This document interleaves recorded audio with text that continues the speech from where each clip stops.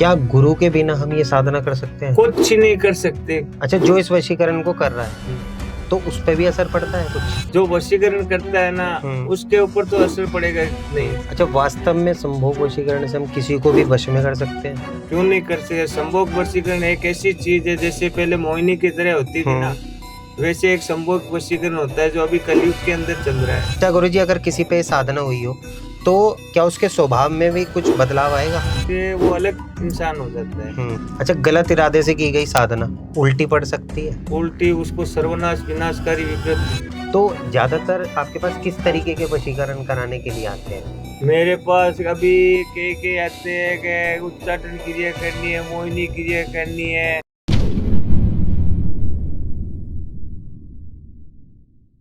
जय श्री महाकाल। मैं आकाश TVT channel पर आप सभी का स्वागत करता हूं। आज हमारे साथ है पुखराज अघोरी जी। आज हम इनसे जानेंगे संभोग वशीकरण से वास्तव में अगर किसी का प्यार मजबूत नहीं है और उसे अपने प्यार पर कोई भी डाउट है तो वो किस तरह एक वशीकरण से अपने रिश्ते को मजबूत कर सकता है, या अगर किसी का प्यार उससे बिछड़ गया है और वो उसको अपनी ज़िंदगी में वापस लाना चाहता है तो एक छोटा सा वशीकरण किस तरीके से उनके रिश्ते को वापस पुराने जैसा कर सकता है। तो आइए पुखराज जी का स्वागत करते हैं और आज इनसे सारे अपने सवालों के जवाब लेते हैं। जय श्री महाकाल अघोरी जी। जय श्री महाकाल। अच्छा, जैसे संभोग वशीकरण हो गया तो क्या ये शादीशुदा के लिए ही होती है, जैसे पति पत्नी हो गए कि आपस में करा ली, या किसी के लिए भी हो सकती है? ये अगर लड़का और लड़की के दोनों के अंदर अगर प्रेम भाव है तभी ये चीज हो सकती है, बगैर ये कुछ नहीं हो सकती। क्यों? कि प्रेम भाव रहेगा तभी तो कोई चीज हो सकती है। जबरदस्ती कोई चीज पाने से तो कुछ नहीं है, वो अपने से दूर और होता जाएगा। और अगर उसका पहला प्यार हो रखा है तो उसमें ये चीज लागू हो जाती है। अगर अचानक किसी जबरदस्ती पाना चाहता है ना, वो चीज कभी नहीं होती है, सम्मोहित क्रिया भी नहीं हो सकती उसके। अच्छा गुरुजी, अगर किसी पे साधना हुई हो तो क्या उसके स्वभाव में भी कुछ बदलाव आएगा? साधना उसके अंदर ऐसे वो अलग इंसान हो जाता है। अगर वो साधना कर रखी है ना और या करा रखी है उसके ऊपर, उसका सिद्धांत ऐसे हो सकता है कि घर बार धंधा बिजनेस हर चीज है, उसका मन है ना वो विचलित रहता है, कुछ अच्छा नहीं लगता है। वो एकदम अकेला मन घबराहटा सा है, अपनी धुन में रहने लगता है। उसको किसी की चिंता नहीं होती। जैसे अघोरी होते हैं, अघोरी जब तपस्या के अंदर बैठते हैं तो उनके पास आकर कोई नहीं बैठने देते। वो अघोरी गाली किस लिए काट रहे? अघोरी गाली इसलिए काटते हैं कि वो इन माया जाल से खत्म कर देंगे, क्योंकि वो अपना जीवन जो होता है ना वो मार चुके होते हैं। उनको अपने जीवन से भी प्रेम नहीं है, ना किसी पैसों से, ना किसी और से प्रेम नहीं होता है। वो किसी भगवान शंकर के आराधना में रहते हैं, उनकी भक्ति भाव करते हैं। अघोरी रहते हैं शमशान के अंदर ही रहते हैं या रहते हैं पहाड़ों में। वो एक ही आराधना करते हैं, सिर्फ महादेव का जाप करते हैं और किसी का भला करने के लिए अघोर रूप करते हैं। आकर्षण और वशीकरण में कुछ अंतर है या दोनों एक ही चीज है? ना अंतर है इसमें। आकर्षण एक चीज ऐसी है, आकृति आकृति बनाकर उस चीज को, एक काल चक्र होता है, काल चक्र में आकृति बनाती होती है। जैसे स्वास्थ्य बनाते हैं, स्वास्थ्य के जैसे आकृति बनाती है। उस आकृति के अंदर जैसे बनता है, जैसे 9 ग्रह की आकृति होती है, 12 राशि होती है, 12 राशि के अंदर 9 ग्रह होते हैं, वैसे उसकी आकृति बनाकर करना पड़ता है। एक समय वक्त भी इंसान का खराब आता है। जैसे ग्रह दशा होती है ना, भगवान सूर्य को बेटे ने नहीं बख्शा, शनि ने, तो ये समय किसी के मोहताज नहीं होते, समय अपना मालिक खुद होता है। अच्छा, जैसे कि साधना हो गई तो इसमें कुछ ब्लैक मैजिक का भी कोई रोल है? ब्लैक मैजिक चीजें देखो, आजकल तो करने वाले तो छोटी मोटी चीजें कर लेते हैं, लेकिन उनको ये पता नहीं है कि जो चीज करनी सी होती है वो उल्टी हो जाती है। ब्लैक मैजिक के साथ नहीं होता है। अभी सामान सामग्री के बगैर पैसे मांग लेते, सामान मंगा लेते हैं और दिखा देते हैं। उनको ये पता खाली दिखाने से उनके ऊपर जो मंत्र साधना करेंगे, भक्ति भाव करेंगे, मंत्रों की शक्ति भक्ति के भाव होती है। मंत्र चलेगा तभी आगे की शक्ति चलेगी, नहीं तो वो सामान से कितना करोड़ों को लगा दे, कुछ नहीं होने वाला। जब तक साधना, आज भगवान का जाप करते हैं, चाहे महादेव का करो, चाहे विष्णु का करो, चाहे किसी का करो, नाम लेकर कोई जाप तो करते ही करते हैं, है ना? तो वो एक मंत्र तो हो गया, मंत्रों के बगैर कुछ नहीं होता। अच्छा, गलत इरादे से की गई साधना उल्टी पड़ सकती है? उल्टी, उसको सर्वनाश विनाशकारी विपरीत बुद्धि वो ऐसी बना देती है। अच्छा, जैसे कि हम किसी पे वशीकरण करना चाहते हैं, यही मनमोहिनी वशीकरण जिसकी हम बात कर रहे हैं। अगर हम इस पे कुछ मंत्रों का ही जाप करें कि पूरी तरह क्रिया ना करें, वो क्रिया अधूरी रह गई या किसी कारण से वो पूरी नहीं हो पाई, तो क्या उसका कुछ असर हो पाएगा? उसका असर हो जाए, उसको भूलना पड़ेगा फिर। जी। वो असर कुछ नहीं होगा, उसको भूलना ही पड़ेगा। उन चीज़ों से उसको एकदम भूलना पड़ेगा। जो किया कर्म था उसका पहला वो और भूलना पड़ेगा। अच्छा, क्या संभोग के बाद ऊर्जा का भी आदान-प्रदान होता है? ऊर्जा एक आकृत शक्ति होती है। जो लड़का-लड़की के बीच के अंदर जो प्रेम भाव होता है, वो एक ऊर्जा की तरह के बने होते हैं।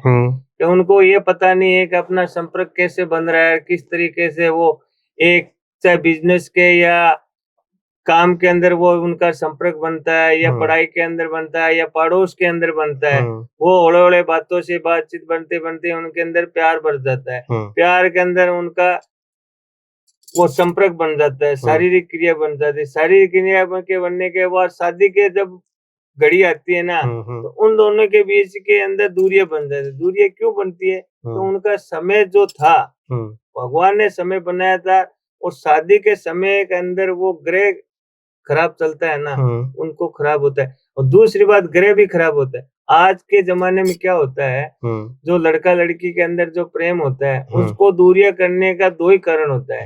या तो होता है अपना घर का, या होता है अपना यार दोस्त जिसके ऊपर विश्वास करते हैं ना, वही घात करता है। और उसी के कारण उन दोनों के प्रेम भाव है वो नफरत के अंदर बदल जाते हैं। अच्छा, जैसे अघोरी जी ये साधना हो गई, तो ये कोई भी अघोरी कर सकता है? मतलब कि जैसे अघोर होते हैं, कोई रोड पे घूमने वाला भी अघोर है, काफी देखे हैं कि भभूति लगा ली और रोड पे घूम रहे हैं। तो क्या जो ये रोड पे घूमने वाले अघोरी हो गए या जो कोई शमशान में रहने वाले अघोरी हो गए, दोनों एक ही होते हैं? इनमें से कोई भी कर सकता है इस तरीके की साधना? ना। इनमें तो वही कर सकता है जो इन चीजों का काम करता है। जैसे आज आप ये काम कर रहे हो, हम अघोर पंथ में कर रहे हैं, कोई दूसरा कर रहा है, तो अपना अपना काम अलग होता है। तो एक काम को सब जने थोड़ी कर सकते हैं। साधु के अंदर ही 3 रूप होते हैं। साधु एक ही थोड़ी होता है। साधु के अंदर अलग अलग हठ योग, बाल योग, तट योग। अघोरी का होता है हठ योग होता है, यानी एकदम तपस्या के अंदर हट में रहते हैं पूरे। और ये भगवाधारी होते हैं। एक कुंडल वाले होते हैं जो कनफाड़ी बोलते हैं उनको कनफाड़ी बोलते हैं। वो नाथ संप्रदाय में आते हैं।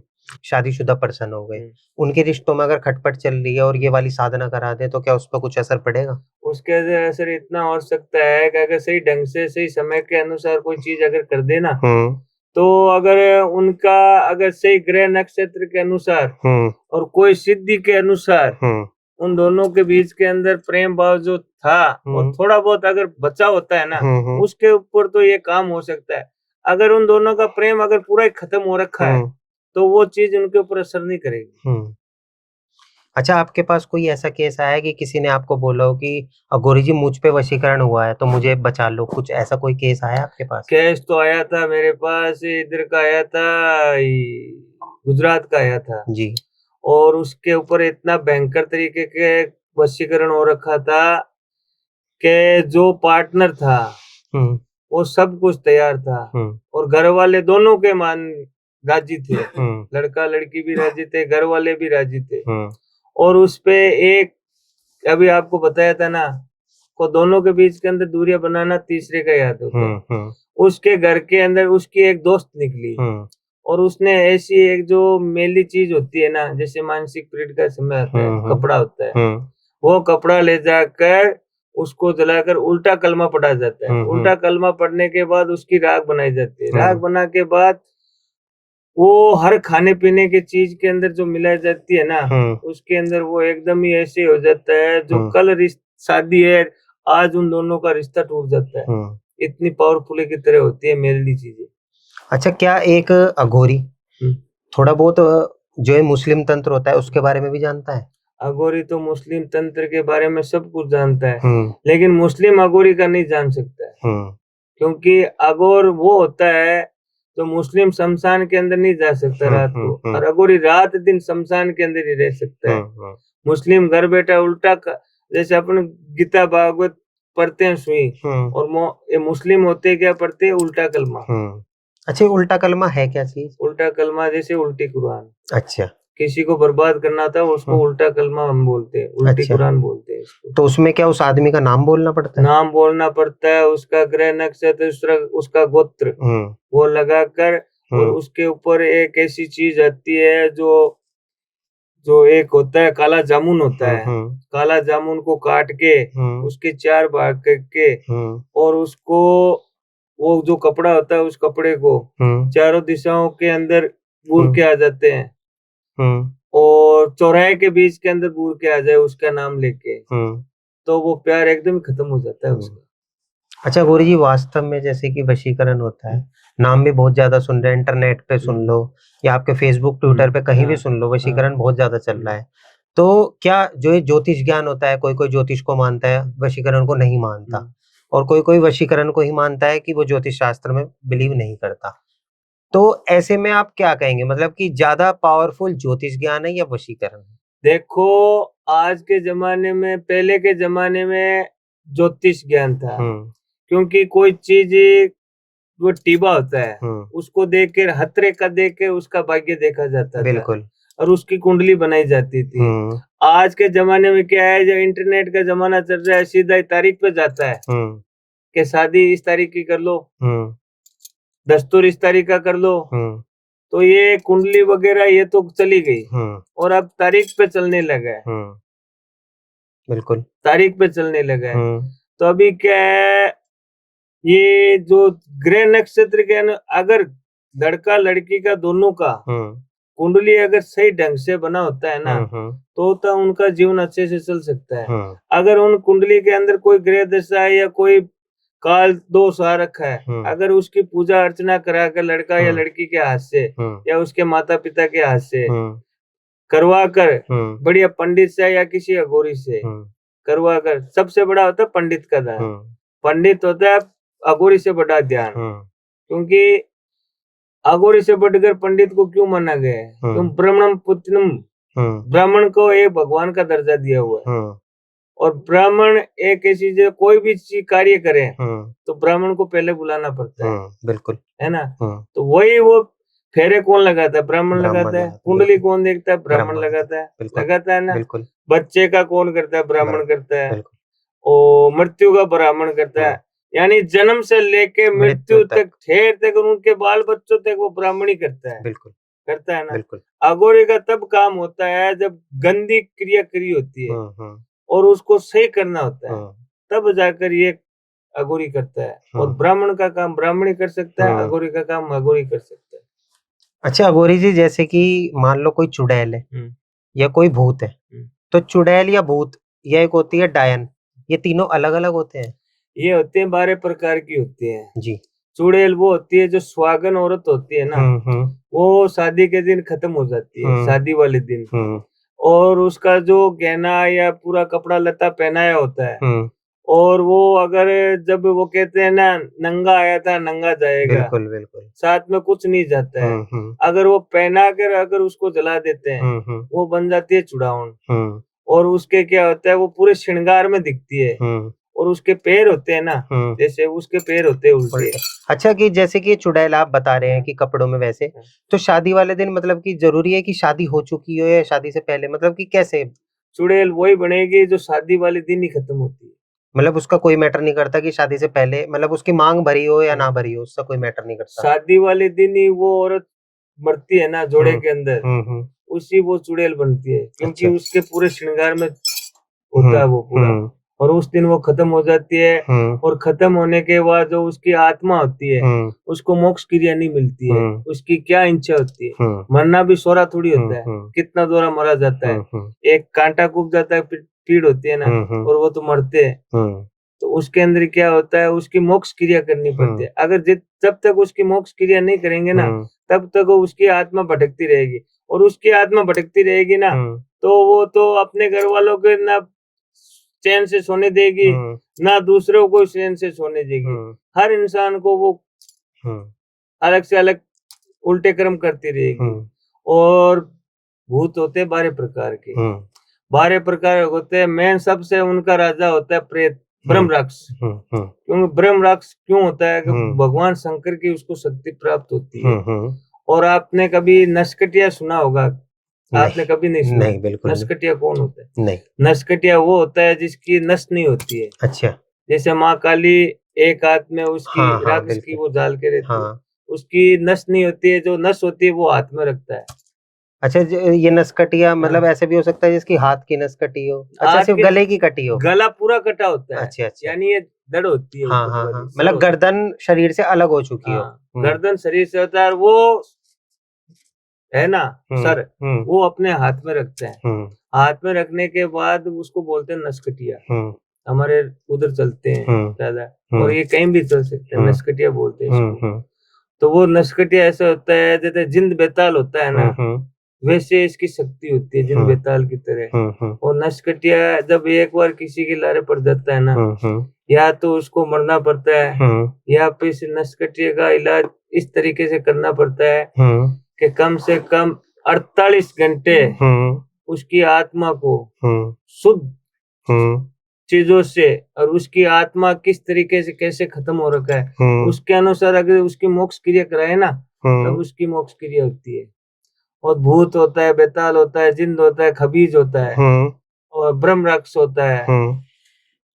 ये चीजें होती है। अच्छा, जैसे कि आजकल बहुत सुनने में आ रहा है संभोग वशीकरण। ये संभोग वशीकरण वास्तव में क्या है? संभोग वशीकरण एक ऐसी चीज होती है जो लवर के बीच के अंदर, जो शादी से पहले जो प्यार के अंदर जो वो संभोग कर लेते हैं, हुँ, और उन दोनों के बीच के अंदर अचानक से दूरियां बन जाती है। हुँ, तो उस संभोग वशीकरण को वापिस अगर उसको पाना होता है ना, हुँ, तो ये संभोग वशीकरण एक तंत्र की तरह करना पड़ता है। हुँ, जो होता है एक कपड़े के ऊपर होता है, एक नाखून के ऊपर होता है, एक बाल के ऊपर होता है, जी।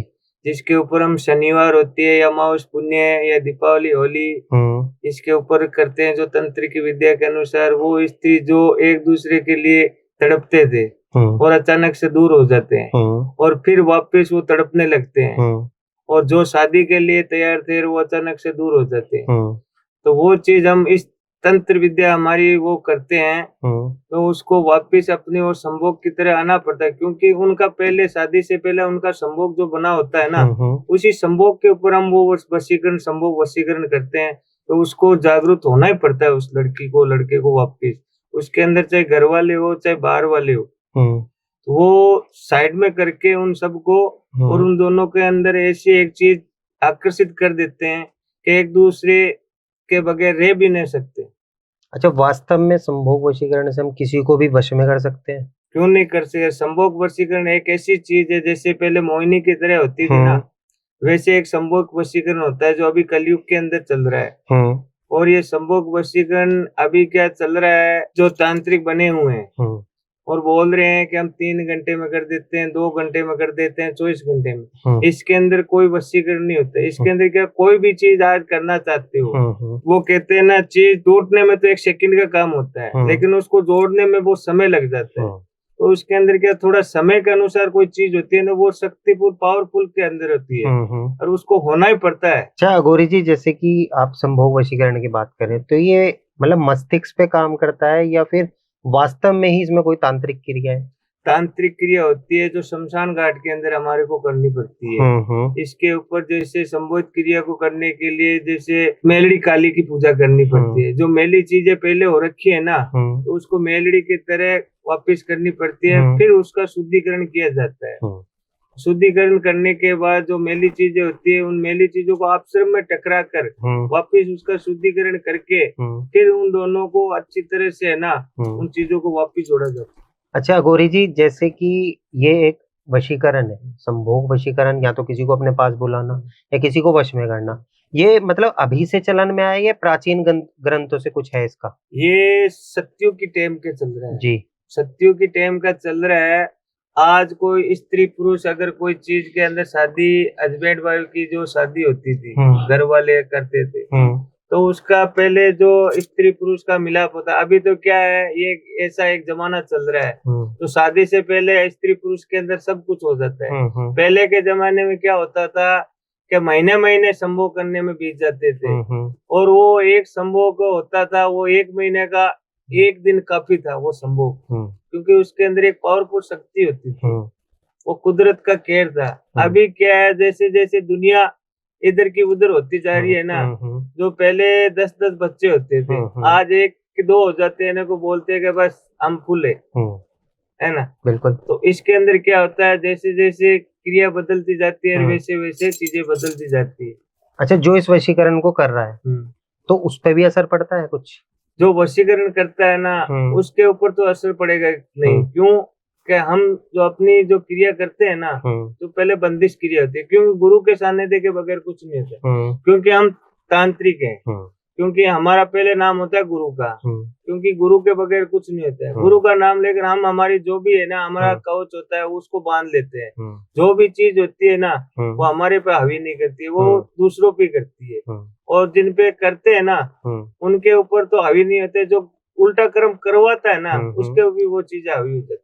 अच्छा गौरी जी, जैसे कि ये संभोग वशीकरण हो गया, तो ये वास्तव में मतलब जैसे कि आपके पास आते हैं लोग बाग, तो वास्तव में वो प्रेम की वजह से आते हैं या सिर्फ किसी की शारीरिक एक कमी को पूरा करने के लिए करवाते हैं? देखो अभी क्या होता है कि कोई ऐसे होते हैं जो अपना वो कहते हैं ना काम निकला और फ्री करा, और कई ऐसे होते हैं कि उनकी यादों में तड़पते रहते हैं और वो चीज जो उनके पास चली रहती है वो वापस मिलती नहीं है। और ये संभोग वशीकरण एक अभी से नहीं काफी टाइम से चल रहा है। अभी क्या है, इसके अंदर जो चीज अपने को करनी होती है, इसके अंदर कुछ ऐसी चीजें होती है जैसे जड़ी बूटी होती है, जंगली जड़ी बूटी होती है, और कुछ होती है तंत्र और मंत्र। क्योंकि वो कहते हैं ताली हमेशा एक हाथ से नहीं बजती, ताली दोनों हाथ से बजे। बिल्कुल। क्या गुरु के बिना हम ये साधना कर सकते हैं? कुछ नहीं कर सकते गुरु के बगैर। में बोलते हैं एक अगरबत्ती खेनाई वो राक्षसों को मिलती है, प्रेतों को मिलती है। क्योंकि गुरु बिना घोर अंधेरा, गुरु बिना ध्यान अधूरा, गुरु बिना मान अधूरा, गुरु बिना शक्ति अधूरी, गुरु बिना भक्ति अधूरी। गुरु का सबसे बड़ा होता है ध्यान। क्योंकि गुरु मत्स्यगंधनाथ जी थे और उनके शिष्य थे गुरु गोरखनाथ जी, और ये थे भगवान शंकर के अंश, उन्हीं की शक्ति थी। और गुरु गोरखनाथ जी ने अपनी मत्स्यगंधनाथ जी ने गुरु मत्स्यगंधनाथ जी ने गुरु गोरखनाथ जी को एक गोबर की ढेर से काटा था, तो एक मंत्रों की जाप से दिया। उन्होंने एक स्त्री के लड़का नहीं हो रहा था, भिक्षा मांगने के लिए गए थे और वो दुखी होकर भिक्षा दे रही थी मत्स्यगंधनाथ जी को।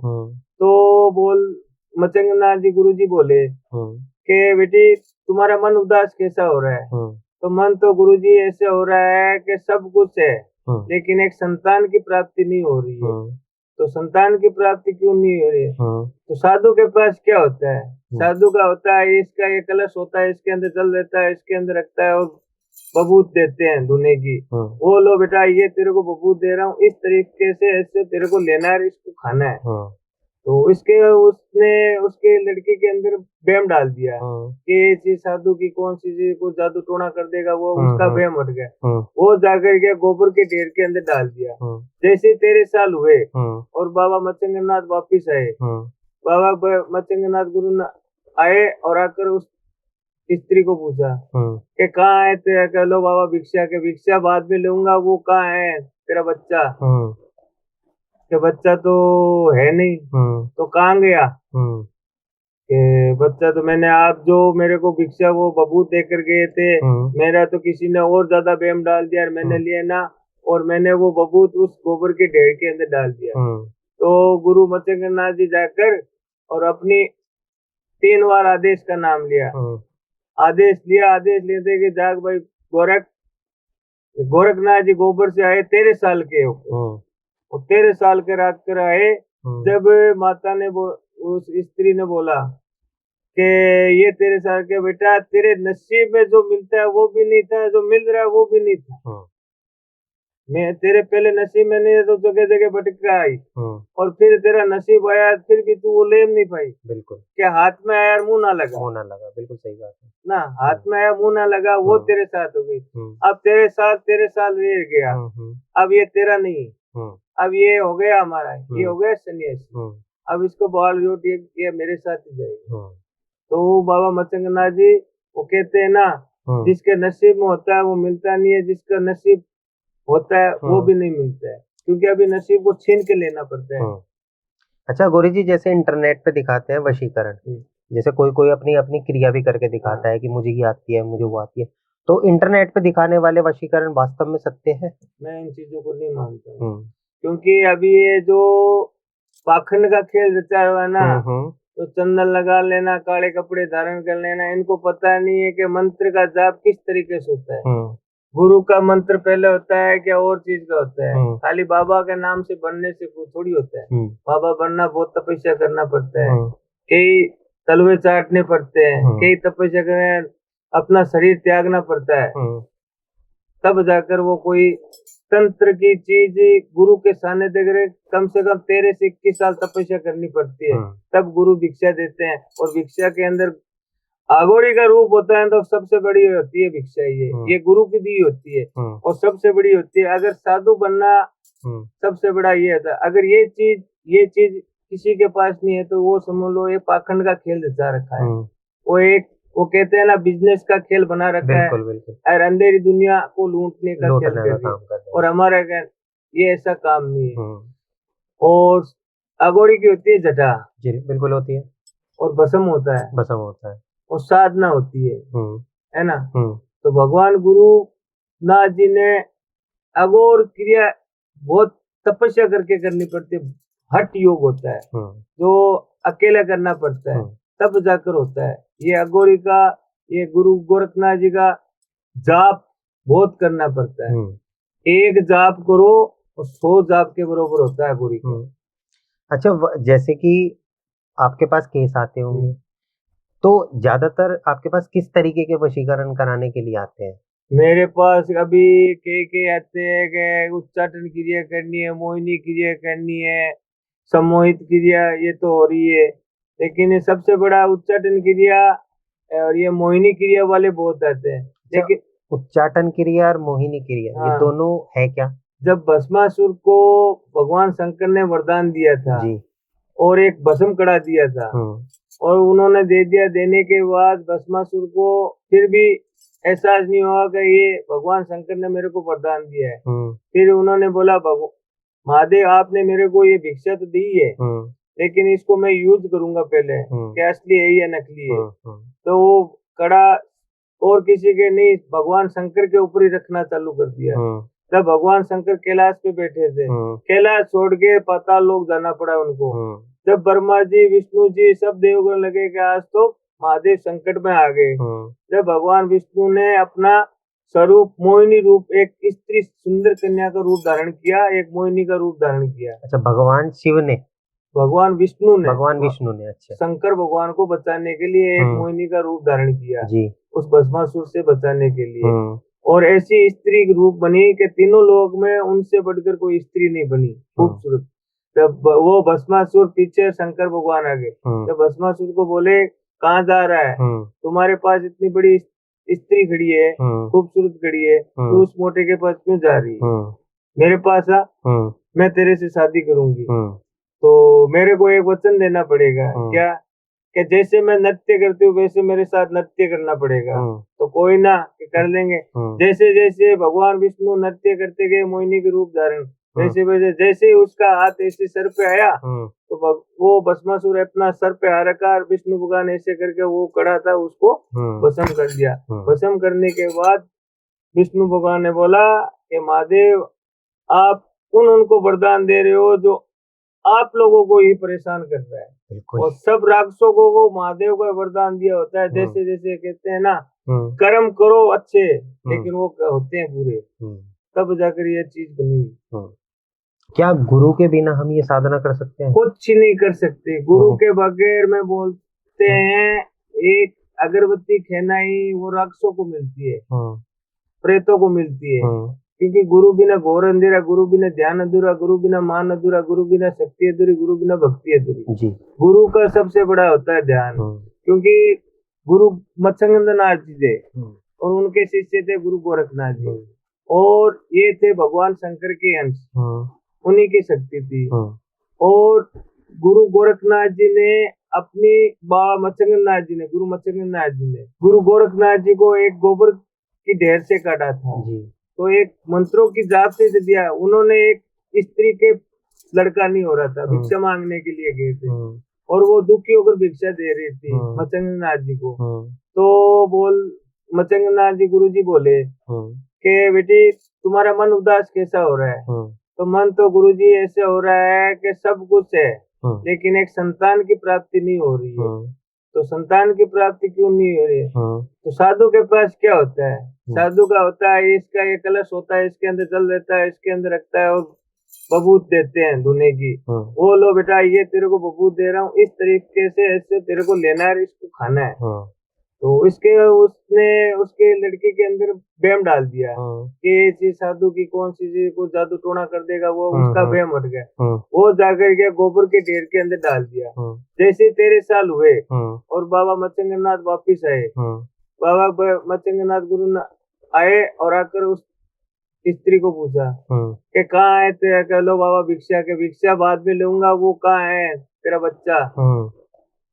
कि बच्चा तो है नहीं। तो कहाँ गया? कि बच्चा तो मैंने आप जो मेरे को भिक्षा वो बबूत देकर गए थे, मेरा तो किसी ने और ज्यादा वहम डाल दिया और मैंने लिया ना, और मैंने वो बबूत उस गोबर के ढेर के अंदर डाल दिया। तो गुरु मचंगनाथ जी जाकर और अपनी 3 बार आदेश का नाम लिया। आदेश लेते कि जाग भाई गोरखनाथ जी गोबर से आए 13 साल के हो, 13 साल के रात कर आए। जब माता ने उस स्त्री ने बोला कि ये 13 साल के बेटा, तेरे नसीब में जो मिलता है वो भी नहीं था, जो मिल रहा है वो भी नहीं था।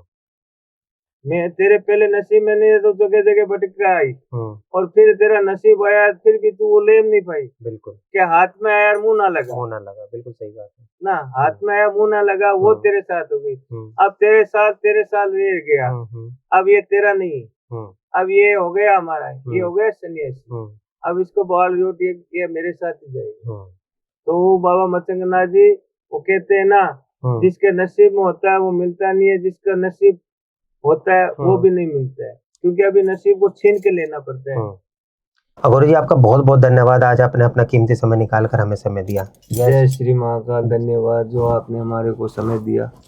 जय महाकाल। जय महाकाल।